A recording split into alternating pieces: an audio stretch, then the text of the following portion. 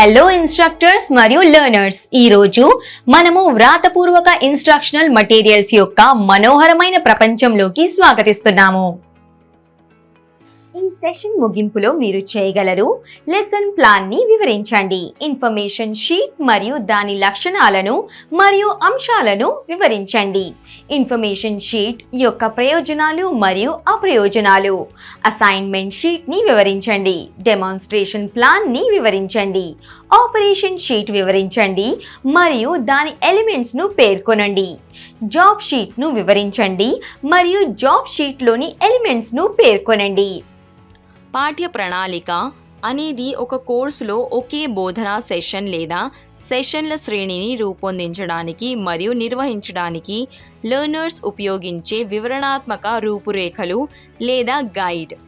ఇది ఒక నిర్దిష్ట తరగతి లేదా బోధనా కాలం కోసం అభ్యాస లక్ష్యాలు, కార్యకలాపాలు, మెటీరియల్ మరియు మూల్యాంకనాలను వివరించే రోడ్ మ్యాప్.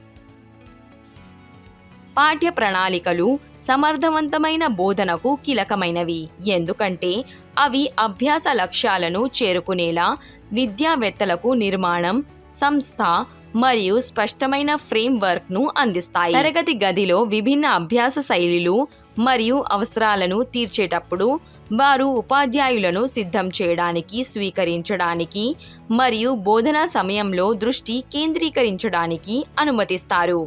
విద్యార్థి ప్రతిచర్యలు, అవగాహన లేదా బోధనా ప్రక్రియలో ఉత్పన్నమయ్యే ఊహించని పరిస్థితుల ఆధారంగా పాఠ్య ప్రణాళికలను సవరించవచ్చు. ఇన్ఫర్మేషన్ షీట్ సిద్ధం చేసిన పదార్థాలు అభ్యాసకుల నిర్దిష్ట అవసరాలకు అనుగుణంగా ఉండాలి. ఇది సమాచార అంశంలో ఉన్న సూచనలను కవర్ చేస్తుంది. ఇది సంబంధిత సమాచారం మరియు అభ్యాస ప్రక్రియ గురించి మంచి అవగాహన మరియు జ్ఞానానికి సహాయపడుతుంది. ఇన్ఫర్మేషన్ షీట్ తప్పనిసరిగా 6 విభిన్న అంశాలను కలిగి ఉండాలి, అనగా యూనిట్ సంఖ్య, యూనిట్ పాఠం సంఖ్య యొక్క శీర్షిక, బాహ్య సమాచారం మరియు మటీరియల్ సూచన, సమాచార పత్రం యొక్క ప్రయోజనాలు. ఇది బాగా ప్రణాళిక చేయబడింది. ఇది పాయింట్ ఉంది. ఇది పాఠం యొక్క లక్ష్యాలకు సంబంధించినది. ఇది తప్పక తెలుసుకోవాలి అనే బోధనా సూత్రాలపై ఆధారపడి ఉంటుంది. తెలుసుకోవాలి. ఇది అభ్యాసకుల వాస్తవ అవసరాలకు సంబంధించినది. ఇది భవిష్యత్తు సూచన కోసం ఉపయోగించబడుతుంది. ఇది థియరిటికల్ సెషన్లను నిర్వహించడానికి చాలా ఉపయోగకరంగా ఉంటుంది. సమాచార పత్రం యొక్క డిసడ్వాంటేజెస్: సరిగ్గా సిద్ధం కాకపోతే అది డిసడ్వాంటేజెస్కు కారకం అవుతుంది. ట్రైనర్స్ స్పూన్ ఫీడ్ చేస్తుంటారు. ఇది ఎక్కువగా థియరిటికల్ సెషన్లకు మాత్రమే అనుకూలంగా ఉంటుంది. అసైన్మెంట్ షీట్ ఇది వర్క్ షీట్ లాంటిది. ఇందులో బోధకుడు అభ్యాసకుడికి సమర్థవంతమైన లెర్నింగ్ డివైజెస్ను అందిస్తాడు. ఈ షీట్ సంబంధిత కారకాలను అనుసరిస్తుంది. సమస్య పరిష్కారం: సమాచార పత్రంలో ఇవ్వబడిన ప్రశ్నలకు సమాధానం ఇవ్వడం, ప్రదర్శన లేదా ప్రయోగాల పరిశీలన తర్వాత నేర్చుకునేటువంటి అవుట్కమ్స్ను రాయడం. ఈ షీట్స్ను క్లాస్ రూమ్ టీచింగ్ లేదా షాప్ ఫ్లోర్ ప్రదర్శనలో ఉపయోగించవచ్చు. ఇది తరగతి గదిలో బోధించిన వాటిని ఏకీకృతం చేయడానికి అభ్యాసకుడికి తగిన అభ్యాస అనుభవాలను అందిస్తుంది. అభ్యాసకుడు సమస్యల పరిష్కార కార్యకలాపాల శ్రేణి ద్వారా నిర్దిష్ట లక్ష్యాలను సాధిస్తాడు. అసైన్మెంట్ షీట్ అనేది థియరీ లేదా ప్రాక్టికల్ లెసన్ తరువాత ఫాలో అప్ యొక్క ఫలితం. Assignment sheet science, calculation, drafting మొదలైన వాటిని బోధించడంలో ప్రత్యేకంగా సహాయపడుతుంది. అన్ని షాప్ కార్యకలాపాలకు సంబంధించిన సూచనలను ఈ షీట్తో సులభతరం చేయవచ్చు. సాధారణంగా అసైన్మెంట్ షీట్లో అప్లికేషన్ రూపంలో ఉదాహరణతో బోధించాల్సిన సూత్రం యొక్క ప్రకటన మరియు వివరణ ఉంటుంది. అసైన్మెంట్ షీట్ కింది అంశాలను కలిగి ఉంటుంది: assignment, objectives, instructions, procedure, questions. Demonstration plan ప్రదర్శన విద్యాపరమైన సందర్భంలో బోధనా పద్ధతిని సూచిస్తుంది. ఇక్కడ బోధకుడు ఒక ప్రక్రియ, టెక్నాలజీ లేదా భావనను విద్యార్థులకు సాధారణంగా ఆచరణాత్మక లేదా దృశ్యమాన పద్ధతిలో ప్రదర్శిస్తాడు. ఇది ఏదైనా ఎలా జరుగుతుంది లేదా నిర్దిష్ట సూత్రం ఎలా పనిచేస్తుందో వివరించే లక్ష్యంతో ప్రదర్శితం లేదా ప్రదర్శనను కలిగి ఉంటుంది. ప్రదర్శన యొక్క ముఖ్య లక్షణాలు. విజువల్ లెర్నింగ్ ప్రదర్శనలు తరచుగా విజువల్ ఎయిడ్స్, ఆధారాలు లేదా వాస్తవ పర్ఫార్మెన్స్ను ఉపయోగించుకుంటాయి.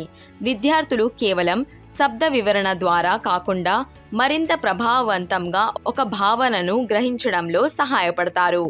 2. హ్యాండ్స్ ఆన్ ఎక్స్పీరియన్స్ ప్రదర్శన యొక్క స్వభావాన్ని బట్టి విద్యార్థులు నిశితంగా గమనించడం, దశలను స్వయంగా చేయడం లేదా ప్రదర్శించిన భావనతో పరస్పర చర్య చేయడం ద్వారా చురుకుగా పాల్గొనడానికి అవకాశం ఉంటుంది. 3. క్లియర్ ఇలస్ట్రేషన్ ఆఫ్ కాన్సెప్ట్స్ వాస్తవ ప్రపంచ ఉదాహరణ లేదా అనువర్తనాన్ని అందించడం ద్వారా నైరూప్య లేదా సంక్లిష్టమైన ఆలోచనలను మరింత స్పష్టంగా మరియు అర్థమయ్యేలా చేయడం ప్రదర్శన లక్ష్యం. 4. ఎంగేజ్మెంట్ అండ్ ఇంటరాక్షన్ ప్రభావవంతమైన ప్రదర్శనలు విద్యార్థులను పరిశీలించడానికి, ప్రశ్నలు అడగడానికి మరియు ప్రదర్శించిన అంశానికి సంబంధించిన చర్చలలో పాల్గొనడానికి అనుమతించడం ద్వారా ఎంగేజ్ చేయడం ప్రోత్సహిస్తాయి. లెర్నర్స్ సాంప్రదాయ ఉపన్యాసాలు లేదా రీడింగ్స్లకు అనుబంధంగా వ్యూహాత్మకంగా ప్రదర్శనలను ఉపయోగిస్తారు. అభ్యాస లక్ష్యాలను బలోపేతం చేయడానికి మరియు థియోరెటికల్ జ్ఞానాన్ని వాస్తవ ప్రపంచ అనువర్తనాలతో అనుసంధించడానికి డైనమిక్ మరియు ఆచరణాత్మక మార్గాన్ని అందిస్తారు. విషయంపై అవగాహన మరియు నిలుపుదలని పెంచే దృశ్యమానపై మరియు తరచుగా ఇంటరాక్టివ్ అనుభవాన్ని అందించడం ద్వారా అభ్యాసకులను ఆకర్షించడంలో వారు అత్యంత ప్రభావవంతంగా ఉంటారు. సాంప్రదాయ ఉపన్యాసాలు లేదా రీడింగ్స్కు అనుబంధంగా వ్యూహాత్మకంగా ప్రదర్శనలను ఉపయోగిస్తారు. అభ్యాస లక్ష్యాలను బలోపేతం చేయడానికి మరియు సైద్ధాంతిక జ్ఞానాన్ని వాస్తవ ప్రపంచ అనువర్తనాలతో అనుసంధానించడానికి డైనమిక్ మరియు ఆచరణాత్మక మార్గాన్ని అందిస్తారు. ఆపరేషన్ షీట్ మరియు పదార్థాలు సరైన పద్ధతిలో ఈ షీట్ ఏదైనా నిర్దిష్ట ఉద్యోగం యొక్క ఉత్పత్తిలో ఉపయోగం కోసం వ్రాయబడలేదు, కానీ నిర్దిష్ట ఆపరేషన్ అవసరమైన ఏదైనా ఇతర ఉద్యోగంలో ఉపయోగించబడుతుంది. ఈ షీట్ సౌకర్యవంతమైన అప్లికేషన్ను కలిగి ఉంది. ఆపరేషన్ షీట్ యొక్క శీర్షిక, ఆపరేషన్ పేరు, అభ్యాసకుల ఉపయోగం కోసం నైపుణ్యాన్ని అనుసరించడం కోసం బోధకుడు ఆపరేషన్ షీట్ తయారు చేస్తారు. బోధకుని కనీస వ్యక్తిగత శ్రద్ధతో నైపుణ్యాలను సరిగ్గా నేర్చుకునేందుకు సరైన అలవాట్లను ఏర్పరచుకోవడానికి ఇది సహాయపడుతుంది. కిందివి ఆపరేషన్ షీట్ యొక్క ప్రాథమిక అంశాలు. స్కిల్ ఆపరేషన్ లేదా నైపుణ్యం పేరు. ఇది ప్రదర్శన మాదిరిగానే ఉంటుంది. ఇది జాబ్ పొందింది, సిలబస్, ఎక్స్ట్రాక్ట్లకు సంబంధించి టాస్క్ విశ్లేషణ. ఆబ్జెక్టివ్స్ ఆపరేషన్ షీట్గా ఇది నిర్దిష్ట నైపుణ్యం అభివృద్ధికి మాత్రమే ఉపయోగించబడుతుంది. సాధారణంగా ఒక లక్ష్యం మాత్రమే ఉంటుంది. ట్రైనీ కేంద్రీకృత లక్ష్యాలను అనుసరించే వ్రాతపూర్వక పర్ఫార్మెన్స్ ధోరణి ఆధారంగా మునుపటి అధ్యాయంలో ఇచ్చిన మార్గదర్శకాలు. టూల్ అండ్ ఎక్విప్మెంట్స్ మెటీరియల్స్ మరియు ఇతర అవసరాలు అవసరమైన నిర్దిష్ట టూల్స్ మరియు ఎక్విప్మెంట్స్ను అందిస్తాయి. నైపుణ్యాన్ని నిర్వహించడానికి ఖచ్చితమైన వివరాలు, సరికాని ఎంపికను నివారించడానికి టూల్స్ లేదా ఎక్విప్మెంట్ యొక్క ఖచ్చితమైన శ్రేణిని తప్పనిసరిగా పేర్కొనాలి. సాధించాల్సిన నిర్దిష్ట సహనం లేదా ఆపరేషన్ పద్ధతి పేర్కొనబడితే సాధించడానికి అవసరమైన సాధనాన్ని వ్రాయండి. మటీరియల్ రకం, ఆకారం, పరిమాణం మొదలైన వాటిని పేర్కొనండి. తద్వారా ట్రైనీ దానిని సరిగ్గా ఎంచుకోవచ్చు. అస్పష్టమైన పదాలను ఎప్పుడూ చెప్పకండి. మెటీరియల్ యొక్క సరైన స్టేట్మెంట్ అభ్యాసకుడు మరియు బోధకుడు ఖచ్చితమైనదిగా ఉండడానికి సహాయపడుతుంది మరియు మెరుగైన పనిని అభివృద్ధి చేయడానికి అనుమతిస్తుంది. ఇంట్రొడక్షన్ ఇది నైపుణ్యాన్ని పూర్తి చేయడంలో ఆపరేషన్ యొక్క ప్రయోజనం గురించి సంక్షిప్త సూచనను ఇస్తుంది. నైపుణ్యం యొక్క ఈ మూలకాన్ని నేర్చుకునే పద్ధతి అభ్యాసకుడిని మంచి హస్తకళాకారుడిని చేస్తుంది. నైపుణ్యం నేర్చుకోవడం యొక్క ఉద్దేశం అభ్యాసకులు లేదా శిక్షణార్థులకు స్పష్టంగా తెలియచేయాలి.